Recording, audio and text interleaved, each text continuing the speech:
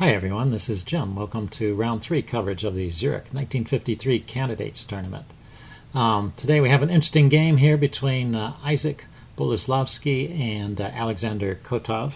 Before I get to it, I'll just say a few things about the tournament. The players were looking a little bit tired in round 3. There were a number of sort of listless draws and one outright blunder.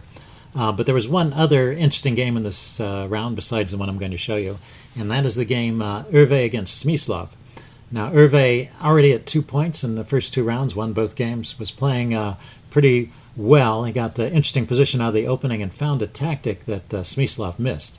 And after that, he had a significant advantage. He was really in the driver's seat. But at a certain point, he had a choice between 2 moves, and he chose the second best move. And after that, Smyslov was able to fight back, eventually turning the tables and winning the game. So it was a long and complicated game. I'm going to put a pointer to it in the description of this video so you can check it out in case you're interested. Pretty interesting game. So as a result, Hervé had ended up with 2 points after 3 rounds, and Smyslov with the win also caught up with Hervé at 2 points. So an interesting game from the point of view of the standings. But this is a very nice game we have here between Boleslavsky and Kotov. Oh, the reason I'm not showing that game, by the way, is it's just a little too long and complicated to do in this kind of format. Couldn't really do it justice, but worth taking a look at. Okay, so with the white pieces, we have Isaac Boleslavsky. He's a Soviet player from the Ukraine. He won the Ukrainian national championship at the age of 19 in 1938. He's famous for his work on the Sicilian defense. He was also other defenses. He was an opening theoretician, and the Boleslavsky hole in the Sicilian is named after him. There's a Boleslavsky line where he would play the classical Sicilian with both knights coming out, pawn to d6, pawn to e5, and that line with pawn to e5 is the Boleslavsky variation in the Sicilian, and the hole on d5 that those pawns leave is known as the Boleslavsky hole. So interesting player and strong grandmaster and theoretician. With the black pieces, we have Alexander Kotov, another strong player. He wrote the book Think Like a Grandmaster, probably most known for that. But he was also a coach to many other strong Soviet players. So interesting, and a strong and very tactical player in his own right. So d4 was played by Boleslavsky. Kotov replies d5, c4, and Kotov goes into the Queen's Gambit accepted, which I've seen that in other games in this tournament too, so apparently it was current at the time. We go the main line here. Knight f3 stops black from playing e5 before white worries about rounding up the pawn, and then after knight f6 plays e3, supporting the center and opening up a line on the bishop. So now white is just going to get that pawn back, and black usually lets white do that. If black tries to hold on to the pawn in a lot of lines, he ends up losing the pawn anyway, and in any case suffers some structural damage. So the usual response here in the main line, e6, and white gets the pawn back. And now c5 with black. That's the idea, just counterattacking the center. White castles, and then a6 with the idea of preparing the move b5 rather, kicking the bishop. Now white here has a lot of choices. White can play a4 to slow down the b5 pawn. He can move the bishop to b3 or d3. He can even take, although that would allow a trade of queens, or queen e2. So this is also a move, not the most popular but not unknown as well.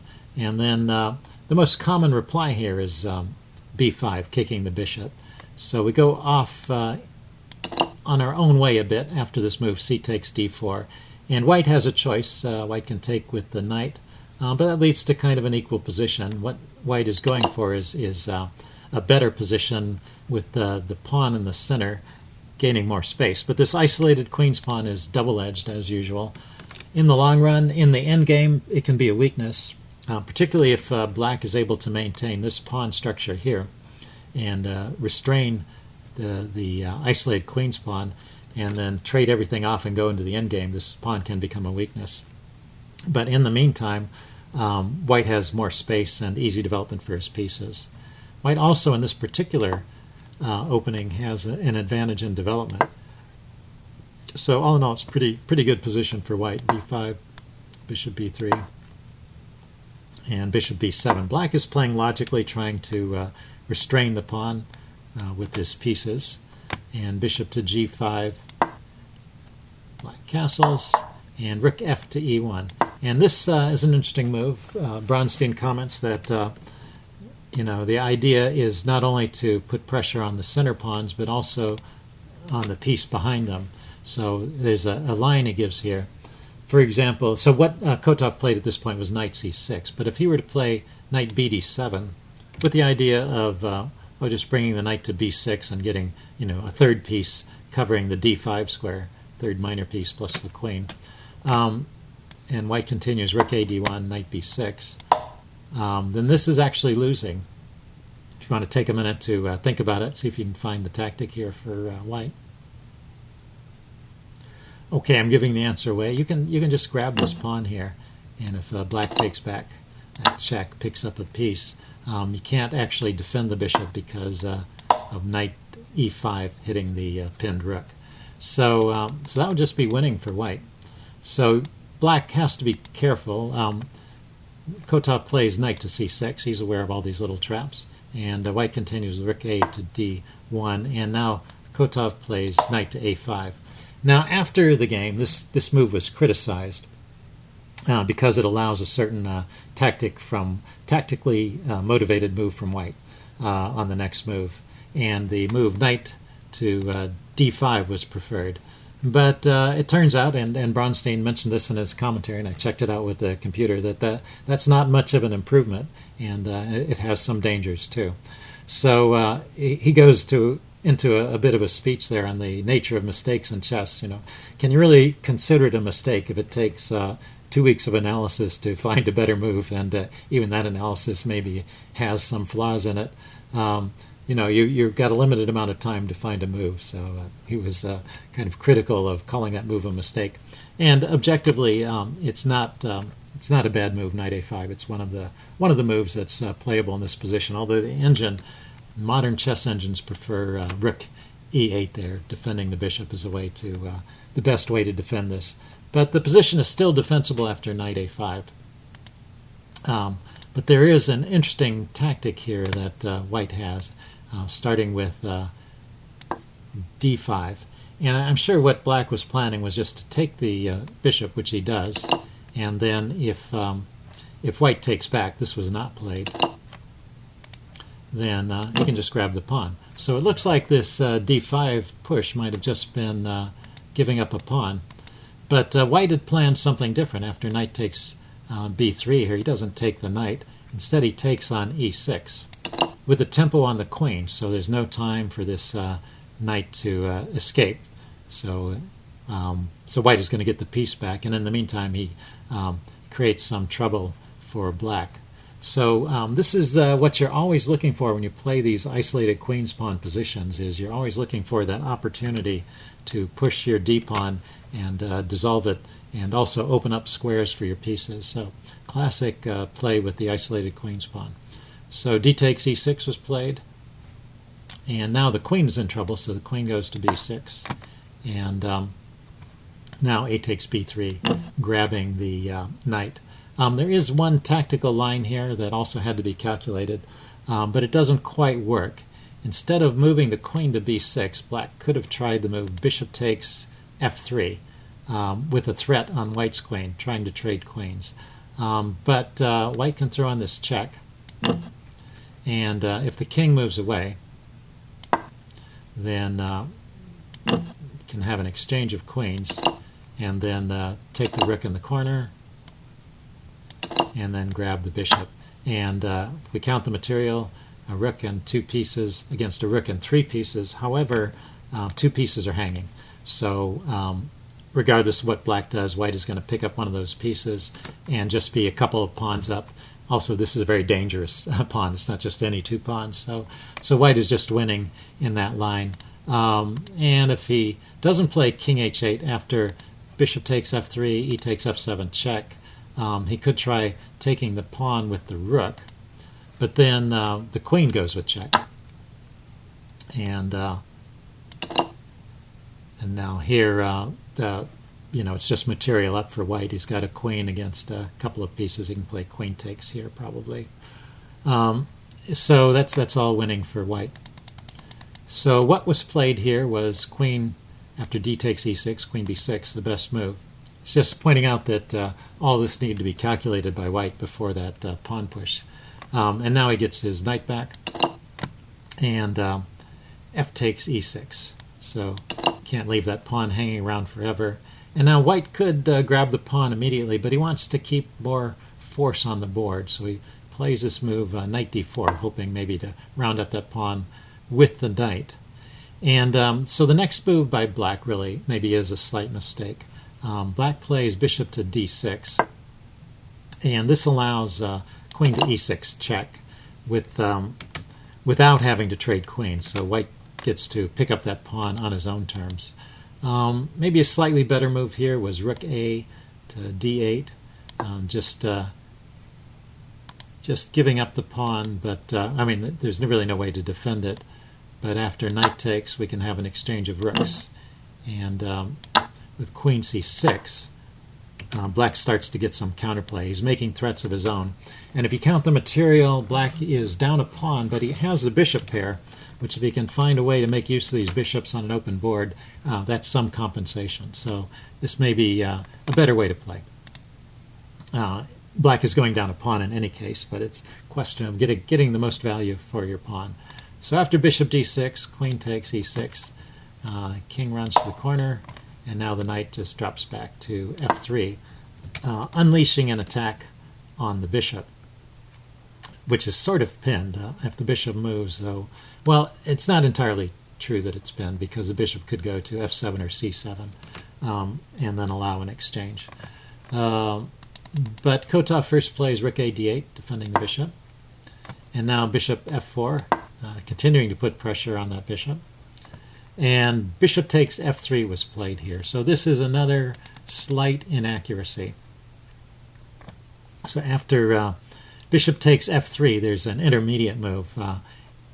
White doesn't really want to take back immediately with the pawn. Just to show a couple other lines, certain tries don't work. For example, rook f to e8, a natural try to chase this queen away while the bishop is protected. It fails to rook takes d6, somewhat surprisingly, but now both queens are hanging, and the best is to take the queen. And then after all of those exchanges, bishop to c7. And after we get further exchanges, you count the material. It's a rook and two knights against a rook, bishop and knight. White retains the extra pawn, and black no longer has the advantage of the bishop pair. So this is just good for white, a winning endgame probably. So the best try here is probably, he played bishop takes f3. The best try is probably bishop to c5, which goes into a slightly better endgame. Queen take, bishop takes, rook takes, and rook takes. And the material is even, except white has the extra pawn, but this time black has the bishop pair, and so that gives him some compensation for the pawn. That's probably the best way to play it. In this position, actually bishop takes f3 was played, and now white has an interesting intermediate move once again. If he takes back with the pawn, that amounts to a certain amount of compensation for black. These doubled pawns will be a problem in the endgame, and black is probably doing okay. But he throws in the move rook takes d6 again, hitting black's queen, and there's no way out of the trades at this point. So rook takes, queen takes, queen takes, and bishop takes d6. And now rook e8 was played. I don't know if rook e8 had to be played, but he's got to do something to save his bishop. Maybe just retreating the bishop could have been played too, but I guess he decided his best chances lay in the minor piece endgame, so Kotov played rook e8. Now the last pair of rooks comes off, and we have, and the bishop retreats to e5. Oh no, it's white's turn to move. Yeah, that's right. White's bishop is hanging, so if pawn takes bishop, knight takes bishop, it's a knight endgame with these doubled pawns. Not so great for white. So white keeps the bishop, and this once again gives black time to save his bishop. So okay, here's the point to pause and look at things. It's a fairly even-looking endgame. There are opposite-colored bishops. So if and white has this extra pawn. So if somehow black could arrange to trade knights, trade this knight for this knight, and go into a pure opposite-colored bishop endgame, he has good chances to draw. So white's job is to make progress here, push his pawns forward, convert his isolated or his extra pawn without allowing that kind of trade. So let's see how the game goes. White starts off with b4, which gets this pawn to a dark square where black's bishop can't attack it, and also holds back white's pawns. Black pushes on with h5, and white plays f3, restraining black's light-squared bishop. King comes forward, and now knight to e2. The knight is rerouting to a better post. g5 is played. Black is hoping to push these pawns forward and create some weaknesses over here that he can attack. King f2.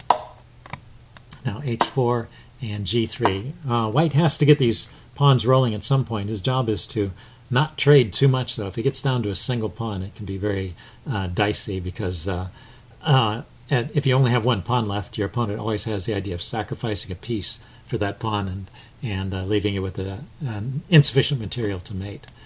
But this trade appeared unavoidable, and now the king comes forward, and g4 was played. Now notice this move, g4, stops black's pawn on a dark square where the bishop cannot defend it, and also maintains these pawns so they don't get traded, and they can be used later in the game. Bishop to b7 was played. Black is sort of run out of ideas at this point, and white can start moving his king forward. Bishop to c6, the piece is just shuffling. Now knight to c3, the knight is rerouting. Bishop back to b7, and knight to e4, putting some pressure on the g-pawn and keeping the king tied down. Bishop to d5, and knight to c5, hitting the a-pawn. So this move, bishop to d5, actually just lost a pawn, and you might wonder, what about bishop to c8, holding on to the pawn? But that doesn't help too much. The problem is with the bishop all the way back here, now the bishop can't really move. It's got to hold on to this pawn.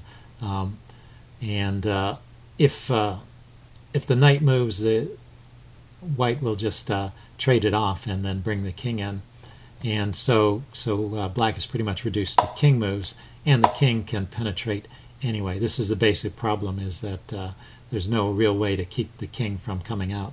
The king can march in like this and come help the help the knight gobble up the pawn. So Kotov decides at this point to play bishop d5, giving up the pawn, because after knight c5 there's no way for the bishop to come back and defend it, but trying to keep his pieces active. So it's a reasonable way to play. Basically every move loses at this point, but it's it's up to white to prove that he's got a way to win. After knight c7, king f7 was played. After knight c5, king f7 was played. And now knight takes a6, picking up the pawn. King e6, getting to the center, hitting the bishop. Bishop drops back to c3, and now the bishop goes to a8, staying on this diagonal. And knight to c5 check. King goes to f7, and knight to e4, putting pressure on this pawn. So the king goes to g6. Bishop to e5 was played. Bishop to d5, knight to d2, and king to f7. But after this king f7 move, black resigned. We've made it to move 42. Both sides had time to look at the adjourned position and decide that it was hopeless for black. Basically, there's no way now to stop the black king from coming in and rounding up another pawn. Also, this g-pawn is weak, and if the knight ever moves, the bishop is just going to trade it off. So a fairly easily winning endgame for white at this point. So Kotov resigned, and that's how the game ended.